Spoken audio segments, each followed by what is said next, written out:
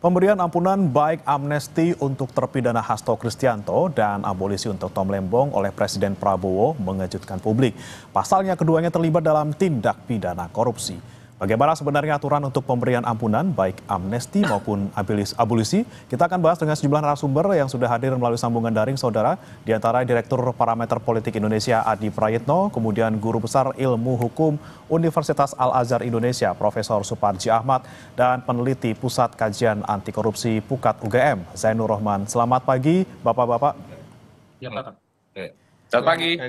Pagi. Baik, Iya. pertama saya ke Prof. Suparji dulu. Kita harus clearkan dulu nih terkait dengan abolisi dan juga amnesti. Ini kan kedua tokoh ini diberikan pengampunan yang berbeda gitu ya. Amnesti buat Hasto, kemudian abolisi buat Tom Lembong. Sementara kalau kita perhatikan dalam tahapan hukum ini, Prof. Suparji, ini sebenarnya kan sama-sama setelah divonis gitu ya. Bahkan akan ada rencana untuk banding gitu, yang artinya memang belum kekuatan hukum tetap, belum inkrah. Anda melihatnya ini amnesti untuk Hasto sudah tepat atau belum? Kalau misalnya Tom Lembong kan abolisi, oke, proses hukum dihentikan. Tapi kalau untuk amnesti Hasto seperti apa, Prof. Suparji? Ya, saya kira kaitan dengan hak yang diberikan ya Presiden kepada dua ya, terdakwa ya, karena memang belum inkrah ya, karena belum menjalani putusan dan belum dieksekusi, masih upaya banding gitu. Memang ini sesuatu yang pada satu sisi merupakan hak presiden dan digunakan pertimbangan DPR, dan ada dua hal yang dipakai. Pada satu sisi adalah abolisi dan pada sisi yang lain adalah amnesti kan gitu. Nah, abolisi diberikan kepada Tom Lembong, amnesti diberikan kepada Hasto. Dan secara teknis yuridis kan sebetulnya pada dasarnya sebenarnya adalah penghapusan pidana kan itu. Tetapi amnesti dalam konteks sebuah penghapusan, sementara abolisi adalah dalam konteks penghentian penuntutan gitu. Maka ketika menggunakan amnesti sebagai bentuk penghapusan pidana kepada Hasto, ini kan ada kemungkinan gitu ya, ada kemungkinan bahwa atau ada pertimbangan hukum karena dianggap pemenuhan unsurnya gitu ya, ada pidananya, sehingga kemudian dihapuskan pidananya, dalam arti bahwa memang dalam proses hukum terbukti gitu, perbuatannya terbukti.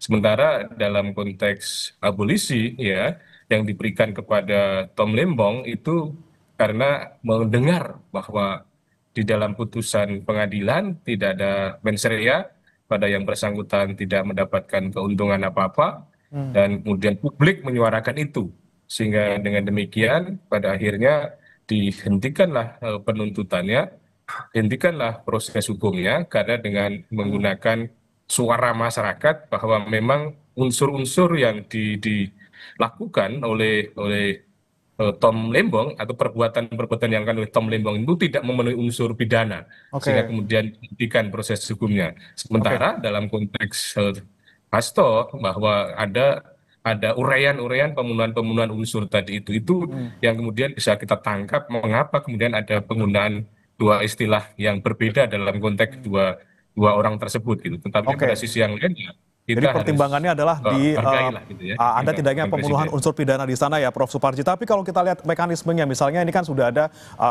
persetujuan dari DPR gitu ya, kemudian tinggal nunggu kepresnya. Apakah untuk kedua orang ini, terdakwa ini, baik Lembong maupun Hasto, bisa langsung pasti bebas atau memang nanti ada mekanisme lain yang kemungkinan akan membatalkan amnesti ataupun abolisi? Ya, kan nanti akan keluar keputusan presiden yang kemudian akhirnya akan membebaskan kepada keduanya kan itu. Dan apakah kemudian nanti akan ada upaya lain itu?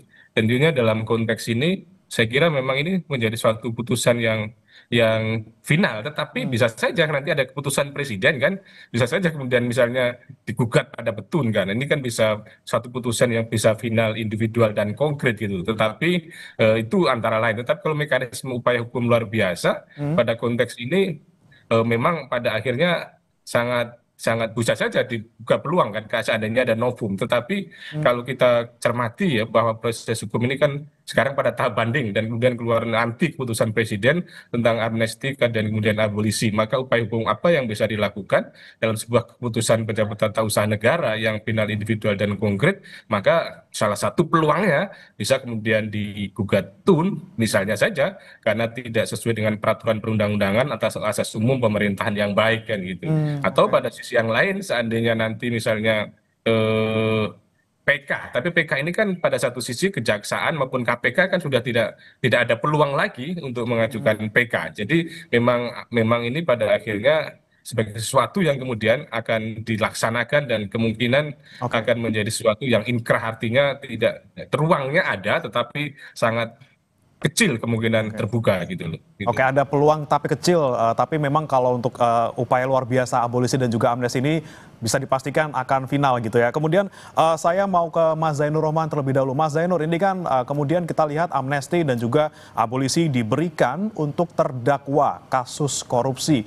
Ini menimpa politisi seperti itu. Anda melihatnya seperti apa? Apakah memang pantas diberikan kepada kedua terdakwa ini? Ya, sebenarnya ini Mas, justru yang menjadi pertanyaan publik, 1.116 orang lainnya itu siapa? Ini yang dibahas baru dua orang, baru Tom Lembong dan Hasto. Masih ada 1.000 lebih lainnya, dan itu belum disampaikan oleh Kementerian Hukum maupun oleh DPR, siapa-siapa saja mereka. Jangan-jangan juga ada daftar para terpidana atau terdakwa tindak pidana korupsi, begitu. Nah, kalau dari sisi rencana presiden, memang presiden pernah melontarkan beberapa bulan yang lalu bahwa presiden akan memberikan pengampunan kepada pelaku tindak pidana korupsi asal bersedia mengembalikan kerugian keuangan negara yang telah dinikmati oleh mereka. Nah, ketika presiden menyampaikan itu, Pukat menyampaikan penolakan. Mengapa? Karena untuk tipikor tidak semestinya digunakan pendekatan baik itu amnesti maupun abolisi. Mengapa? Karena kalau konsep dasar secara ketatanegaraan ya, pemberian amnesti atau abolisi itu adalah kewenangan dari kepala negara untuk mengampuni para pelaku tindak pidana ya yang terkait dengan persoalan perbedaan politik ya yang mengancam Ya. keutuhan negara. Amnesti itu kan kata dasarnya amnesia gitu ya, melupakan gitu ya. Dalam praktik terdahulu di Indonesia itu digunakan misalnya untuk mengampuni orang-orang yang berseberangan dengan pemerintah pusat, apakah itu eksponen GAM, Fretilin, Papua Merdeka, atau juga dalam konteks sekitar reformasi 98 diberikan untuk mengampuni para aktivis yang dijerat hukum oleh penguasa waktu itu. Mengapa akan digunakan untuk menjerat pelaku tindak pidana korupsi? Apakah para pelaku tindak pidana korupsi ini dalam tanda kutip mengancam keutuhan negara gitu ya. Jadi sebenarnya ini adalah kepentingan untuk negara. Nah, sedangkan dalam konteks ini yang diberikan oleh Presiden Prabowo, saya katakan, saya melihat ini lebih kepada konteks politik. Jadi politik kekuasaan elektoral begitu ya, bukan untuk politik kekuasaan negara, menyatukan bangsa yang beresiko akan pecah, yang beresiko terus-menerus berada dalam turmoil karena perbedaan pandangan antara pemerintah pusat dan eksponen di daerah misalnya. Jadi menurut saya kalau dilihat dari konsep dasarnya itu sebenarnya kita kritik betul gitu. Tetapi memang di lain sisi kita lihat ada memang kejanggalan-kejanggalan di dalam persidangan-persidangan perkara tindak pidana korupsi. Khususnya adalah ketika aparat penegak hukum, baik itu JPU maupun hakim, tidak memperhatikan asas-asas dasar di dalam hukum pidana, khususnya terkait dengan kesalahan gitu ya. Sehingga memang gitu ya, butuh solusi. Tetapi solusi yang diambil kemudian adalah menggunakan pendekatan amnesti dan abolisi ini yang tidak lazim untuk digunakan untuk menyelesaikan persoalan-persoalan politik. Kalau kita lihat misalnya ada sebagian pihak yang menuduh bahwa perkara-perkara hukum ini adalah perkara-perkara yang berbau atau bermotif politik gitu ya. Ini kan terkait dengan politik elektoral gitu ya, Oke, bukan politik kebangsaan. Kan oke. mereka bukan mau menuntut memisahkan diri dari NKRI begitu ya. Sehingga seharusnya yang dibenahi Ya. adalah proses penegakan hukumnya, dilakukan reformasi terhadap sistem penegakan hukum, mulai Oke, dari substansi hukumnya, perbaiki pasal 2 ayat 1 dan pasal 3 Undang-Undang Tipikor, perbaiki juga aparat oke, penegak hukumnya, jangan mudah digunakan untuk kepentingan politik, oke. kemudian juga perbaiki bagaimana sistem penegakan hukum secara keseluruhan. Jadi menurut saya memang ini kemudian main semacam apa ya, perbuatan politik Ya, menggunakan tangan hukum diselesaikan menggunakan keputusan politik yang oke. juga memang punya basis hukum di dalam Undang-Undang Dasar Jadi 1945. pemberian Artinya gitu ya, amnesti dan juga abolisi ini ini kita masih kental dengan bertanya-tanya, Mas. konteks politik kekuasaan, bukan kepentingan negara. Saya menangkap poin Anda. Saya mau ke Mas Adi. Mas Adi, Anda melihatnya seperti apa? Benarkah memang kemudian melihat amnesti dan juga abolisi ini diberikan karena konteksnya lebih ke politik kekuasaan, bukan kepentingan negara? Karena ini diberikan kemudian dikala kita lagi nyorot soal PDIP gitu ya. Mereka lagi punya hajatan besar di sana. Kemudian kemarin juga ada sempat isu terkait pelemahan PDIP di sana. Katanya ditarget akan dapat 7% saja di 2029. Anda melihatnya seperti apa, Mas Adi? Ya kalau kita mendengarkan statement yang disampaikan oleh Menteri Hukum ya dalam memberikan keterangan pers terkait dengan abolisi dan amnesti itu kan argumennya dua. Demi kepentingan bangsa dan negara, yang kedua itu adalah demi kondusivitas untuk membangun harmoni dan kerjasama dengan berbagai begitu banyak elemen. Itulah yang kemudian disebut oleh publik sebagai sebuah tafsir bagaimana ada unsur-unsur politik yang sebenarnya muncul dalam konteks abolisi dan amnesti, yaitu untuk menjaga kondusivitas dan harmoni untuk membangun bagaimana bangsa di masa-masa yang akan datang. Apalagi misalnya kita tahu bahwa persoalan Tom Lembong sama Hasto, saya kira ini adalah dua kasus yang dinilai merupakan salah satu yang cukup membetot perhatian publik secara serius. Dalam konteks Tom Lembong misalnya kan tidak ditemukan mensrea.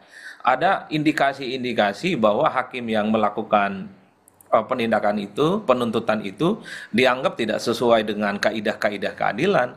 Begitupun misalnya dalam kasus Pak Hasto yang saya kira cukup panjang, begitu banyak demonstrasi termasuk juga dukungan-dukungan kepada Hasto, karena dalam sidang-sidang sebelumnya misalnya itu tidak ditemukan ada unsur-unsur pidana, meski KPK telah memutuskan sebuah putusan yang tidak bisa dibantah.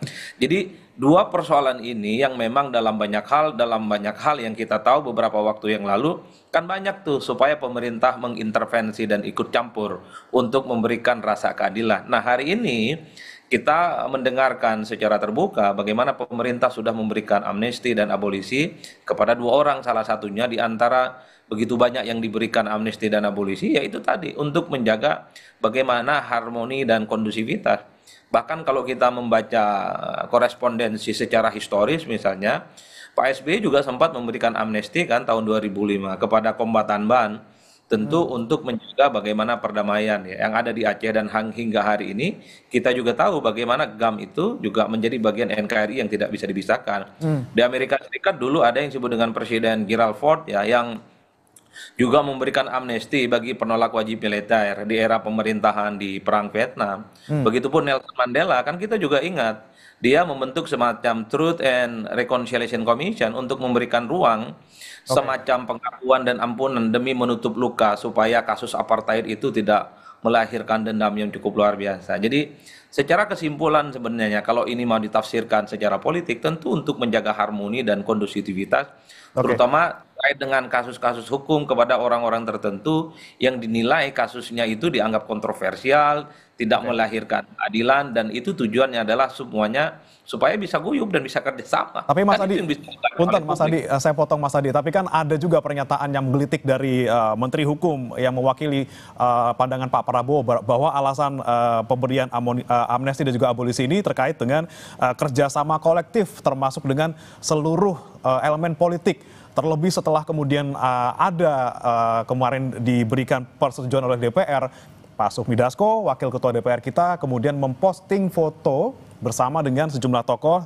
Ada Mensesnek di sana, Prasetyo Hadi yang juga orang Gerindra, kemudian bersama Bu Mega, bersama Mbak Puan gitu ya, ada Prananda juga di sana. Ini kan kita nggak bisa pungkiri ada sesuatu di sana, Mas Adi. Ya memang politik kita kan politik harmoni, Mas. Yang diberikan amnesti dan abolisi itu adalah kasus yang selama ini memang mengandung kontroversi dan perhatian publik secara serius. Ya terlepas dari kontroversinya yang cukup panjang, kasus Hasto ya bagi para pendukungnya ini persoalan politik, bukan persoalan hukum. karena unsur hukumnya katanya itu dipaksakan dan seterusnya. Artinya apa? Hal-hal yang semacam ini ketika kemudian lahir abolisi dan amnesti termasuk untuk Pak Tom Lembong kan publik sederhana. Ini kan ingin mengakhiri pembelahan publik yang selama ini muncul ekstrim. Apapun judulnya terkait dengan Tom Lembong yang berteriak tentang mencari keadilan itu adalah pendukungnya Anies Baswedan Oke. yang disebut dengan anak-anak Abah. Ketika ada kasus Hasto yang kemudian membetot perhatian publik, itu kan para pendukung Hasto, kader-kader PDIP di berbagai tempat Ya. juga menuntut keadilan. Makanya ketika ini kemudian dimunculkan inisiatif dari pemerintah disetujui DPR soal amnesti dan abolisi, itu dianggap sebagai sebuah bagaimana membangun jembatan komunikasi politik, membangun harmoni dan kerjasama. Apalagi kan pada saat yang bersamaan dalam waktu berdekatan, kita mendengarkan bagaimana PDIP Ya. memerintahkan kepada seluruh kadernya untuk mendukung penuh program yang dimiliki oleh pemerintahan saat ini. Jadi sulit sebenarnya untuk menghilangkan kesan kepentingan politik, yaitu politik harmoni, politik kerjasama, dan politik guyup antar berbagai elemen-elemen Oke. supaya tidak ada fragmentasi Baik. dan tak ada lagi pembelahan-pembelahan yang ada di negara. Oke, tapi Itu yang pertanyaannya kemudian Mas Adi, apakah kemudian dengan adanya foto dari Pak Dasko kemarin dan juga kita lihat bagaimana kemudian peta-peta partai dan juga kekuasaan eksekutif dan juga legislatif di sana bertemu, apakah ini menandakan PDIP bakal bergabung di koalisi dan kemudian apakah memang terjadi check and balances yang benar di proses hukum ataupun di lembaga hukum kita terkait dengan pemberian Prof. Suparji lagi nih, Prof. Suparji ini kan kita tidak bisa pungkiri di sana kental sekali unsur politis seperti itu ya, dan kemudian ketika kita melihat mungkin foto dari Sufmi Dasko Ahmad di Instagram yang barusan diposting setelah adanya persetujuan itu, kemudian kita lihat di sana ketua DPR-nya PDI Perjuangan, kemudian wakil ketua DPR-nya juga dari orang Gerindra seperti itu. Anda melihat ini ketika ada pengajuan amnesti dan juga abolisi sangat gampang untuk bisa disetujui. Kemudian bagaimana fungsi check and balances yang seharusnya ada di sana? Ya itulah arti sebuah kekuasaan kan gitu. Siapa yang berkuasa itulah yang kemudian bisa menentukan. Dan ini akhirnya kan menyebabkan ada pembenaran itu jadi malu belajar hukum gitu. Jadi malu mengajarkan ilmu hukum gitu. Karena sesuatu yang bersifat teoritis pada akhirnya tidak sama dengan apa yang di prakteknya gitu.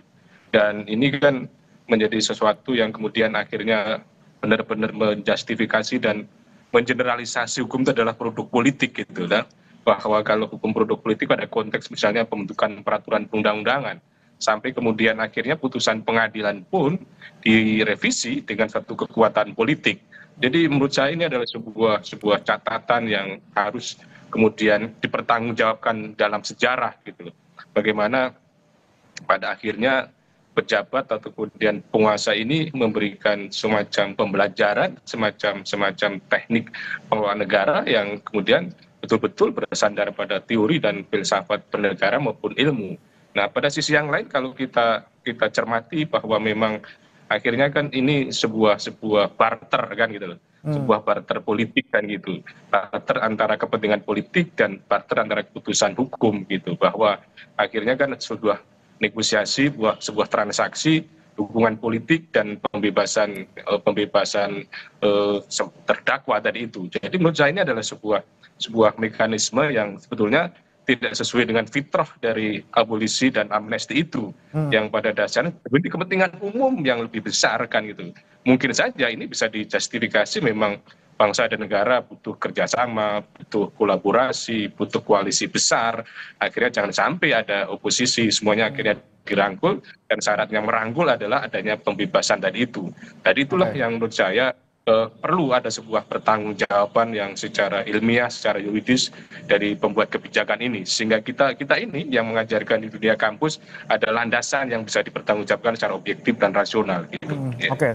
Menarik tadi transaksi politik, hukum ditukar dengan politik. Anda melihatnya Mas Adi Praitno ketika kemudian ada amnesti dan juga abolisi yang kita lihat kemarin sangat kental dalam tanda kutip transaksi politiknya.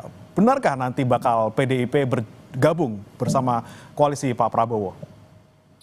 Kalau mau jujur sebenarnya saya tidak terlampau yakin PDIP secara formal bergabung dengan pemerintahan Prabowo Subianto dan Gibran Rakabuming Raka. Pertama tentu tidak ada alasan urgensi untuk menjadikan PDIP sebagai bagian dari koalisi pemerintah. Mengingat hampir 90% partai-partai koalisi pendukung Prabowo Gibran itu kan solid dan tidak ada gejolak apapun. Posisi PDIP menjadi penting kalau sudah mulai muncul oposisi dari dalam. Partai-partai pendukung pemerintah suka protes, suka jadi oposisi, dan resisten dengan berbagai begitu banyak kebijakan-kebijakan yang muncul. Maka disitulah sepertinya relevansi PDIP untuk dirangkul supaya untuk menambah kekuatan politik.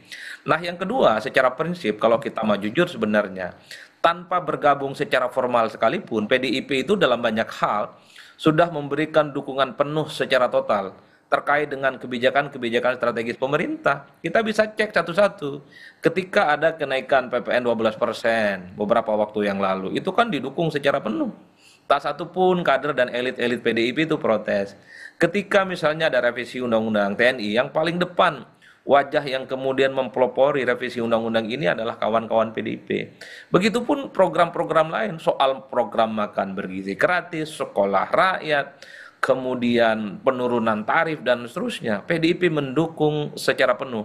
Oleh karena itu bagi saya secara prinsip sebenarnya dalam praktiknya PDIP dalam banyak hal tidak terlampau memberikan apa yang disebut dengan check and balances. Karena dalam praktiknya PDIP itu sudah menjadi bagian dari pemerintah. Wajar kalau kemudian banyak pihak yang mengatakan PDIP saja ini luarnya doang yang kelihatan merah, dalamannya itu sudah wajah pemerintah.